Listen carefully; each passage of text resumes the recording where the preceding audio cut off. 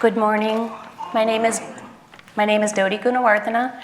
I am an able-bodied cisgender woman in my mid-50s, and I use she, her pronouns. I want to again welcome you today. Clarissa Pinkola Estes writes in her letter to a young activist during troubled times. In any dark times, there is a tendency to veer toward fainting over how much is wrong or unmended in the world. Do not focus on that. Do not make yourself ill with overwhelm. Ours is not the task to fix the entire world all at once, but of stretching out to mend the part of the world that is within our reach. Any small, calm thing that one soul can do to help another soul, to assist some portion of this poor, suffering world, will help immensely.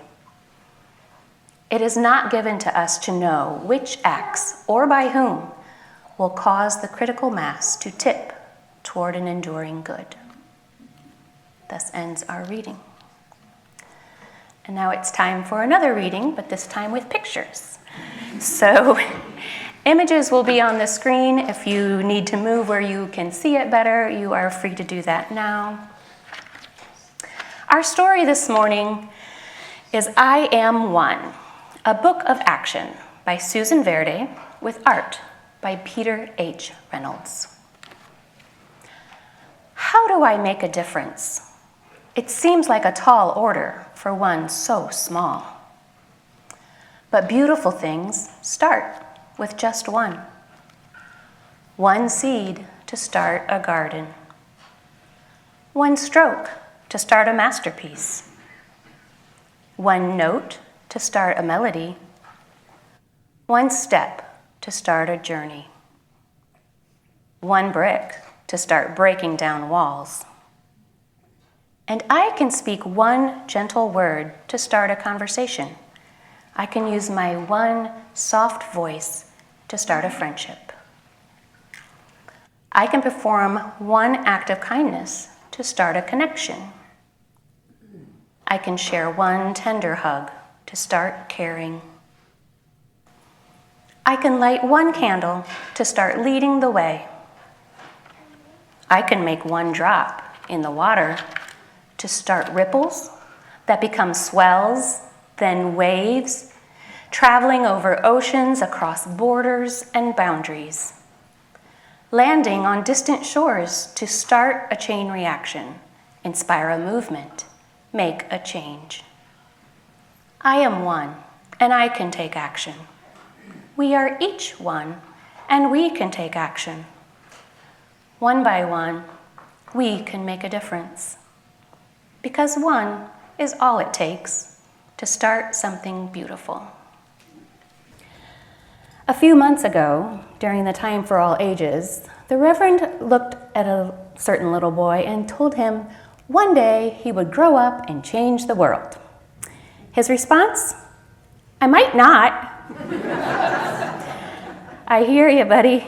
I know just how that feels. This set me on a long path of reflection about my own impact on the world. I remembered my very first college class when I was still young and excited enough to answer the question, why did you pick social work, with, because I want to save the world. And then while in Chicago getting my master's, I found the Landmark Training Academy. According to their website, through Landmark's unique and impactful training in leadership and communication, participants will make an unquestionable difference for people, organizations, communities, society, and the world. I said, sign me up. That's what I'm going to do. The weekend forum, as they call it, was memorable. We did deep dives into our own personal skills, beliefs, perspectives, and dreams. And one of the goals was to come up with a defining statement. To complete this sentence, who I am is the possibility of. It's pretty powerful stuff. I came up with who I am is the possibility of all the world's religions understanding that they are more alike than they are different. Now, I kind of have to be impressed with that because that was way before I even knew there was such a thing as Unitarian Universalism or anything about these mandalas on our walls. Okay, that's great to say that's who I am, but how does one go about accomplishing such a thing? Well, this one didn't, or at least hasn't yet. You know, I had to find a job, college had to be paid for, life had to be lived, and before you know it, I might not. After only 7 years in social work, I found myself burned out. I was working in an environment of unwilling clients and trying to lead quite rowdy groups, and that exhausted me. I was constantly having to think on my feet in my client-facing role, and I would come home completely drained and often dreaded going back the next day. I just couldn't cut it. I blamed it on my youth, on my being not only introverted but shy, but I just didn't handle it well, so I left. And I've often felt like a failure, that I was unworthy of or didn't belong in such a noble profession. I don't really regret the career path I did choose. It has provided well enough and, most importantly, led me to meet the love of my life. But from time to time, I would worry and wonder if I should just push myself harder and get back out into the fray. In the back of my mind is often a song I learned in Methodist Sunday school. I am a promise, I am a possibility, I am a promise. With a capital P, I am a great big bundle of potentiality. But as time went on, that capital P turned into pressure. Pressure I admittedly put on myself because I wasn't living up to that potential, hadn't fulfilled my capital P purpose. I have to confess, I am prone to all or nothing thinking. And I don't know if this will surprise anyone, but I am a planner. I love to plan things. And if I don't know what I'm going to do exactly when and how, I might not do anything. So when my career path was disrupted, I thought I had to scrap the whole thing. If I'm not going to go all out, I might as well not go at all. However, a pretty big turning point in recent years was a book I found within the Soul Matters resources called Social Justice for the Sensitive Soul: How to Change the World in Quiet Ways. A book that claims it is written specifically for highly sensitive people, or HSPs, with a passion for social reform. First of all, to learn that there is such a thing as an HSP was a real breakthrough for me.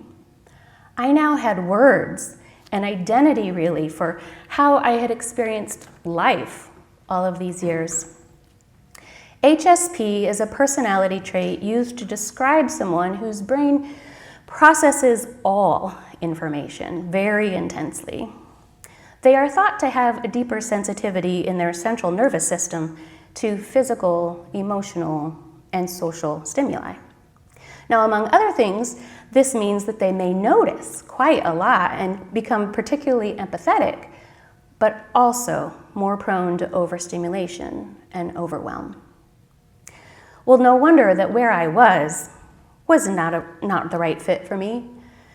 I began to feel not so hard on myself for not cutting it. A review of the book claims it encourages and equips those who don't fit the typical social justice warrior profile to work toward the changes they want to see in the world while still taking care of themselves. Here was a whole book telling me why I didn't really fit into the definition I had of a change maker. It was a guide full of suggestions on how to use my own gifts and talents that may not match what I thought I should be doing. Maybe I did belong with people that could change the world, just not the way I was trying to. This new identity was way better than any who I am is statement that I could come up with in my 20s. More of a how I am is, actually, and that's important to know. It's estimated that 15 to 30% of the population are HSP, so I'm likely not the only one in the room. But whether you are HS or not, you are still a P, and it's people that change the world, one small, calm act at a time. There was a 2024 article in the UU World that further solidified my thoughts on being able to make a difference in perhaps quiet and unconventional ways. The article was written by Deepa Iyer, who developed what she terms the social change ecosystem framework, which provides a roadmap for individuals and organizations. Edith, can I have that slide, please? I love this image. It is a yellow circle with the words equity, liberation, justice, and solidarity, and it's surrounded by 10 other circles, each describing a role within the ecosystem. Caregiver, builder, healer, disruptor, storyteller, guide, weaver, frontline responder, experimenter, visionary. The map shines a light on how people of diverse gifts can make a positive impact in a variety of ways. The values that inspire and anchor us are the ones that belong in the center of the map, and the 10 roles invite us to act in ways that can strengthen that broader ecosystem while maintaining our own effectiveness and well-being. Deepa writes, "We shouldn't be playing all or even most of these 10 roles, and our roles might change depending on the situation." And I would add, our stage in life, our experience, our circumstances, and our sensitivity level. Now, frontline responder obviously wasn't my jam, but I can see now that I have held many of these roles. The role of caregiver, holding space for others while facilitating Soul Matters groups. I'm a builder when I use my computer skills to create web pages and brochures for programs here at church, and those effects can ripple out into the wider community. I've taken on the role of guide when I'm volunteering for Bus Mom for marching band. And I am a storyteller with my poetry, and perhaps when I change the lyrics to songs when a minister leaves. Don't worry, Reverend Mandy, it's all in good fun. I bet each one of you can recognize yourself in one or more of these roles, and perhaps even identify which table to head to in our volunteer fair. This framework helped me get into a different frame of mind, knowing that I and everyone can change the world in ways that may be quiet and small. When I was writing my reflection this spring, I didn't know that this author's book, Social Change Now, A Guide for Reflection and Connection, would become the 2025-2026 UU Common Read. I think that's a lovely serendipity. I'm learning that I don't have to have the title or a job called social worker to do social work. So even though I once thought I might not, I know that I can. I have, and I will again, as long as I understand the need to take care of myself and know that I am worthy to take on the work just on my terms and not worry that I'm not doing it right. You should contribute in ways that you're good at and that's comfortable for you. It doesn't seem like it should take me until midlife to figure that out, but we're all smart in different ways. I was defining myself for what I was going to do and not how I was going to be. And we're human beings, after all, not human doings. If you ever feel called to write your own Who I Am Is claim, I hope that it is first and foremost, who I am is someone who is worthy of rest and self-compassion, no matter your outward accomplishments. And maybe someone who is willing to offer what is uniquely yours. How far can reach a smile? It is not given to us to know which acts or by whom will cause the critical mass to tip toward an enduring good. Like our story said, we are each one, and we can make a difference. One by one, we can take action. Thank you for listening.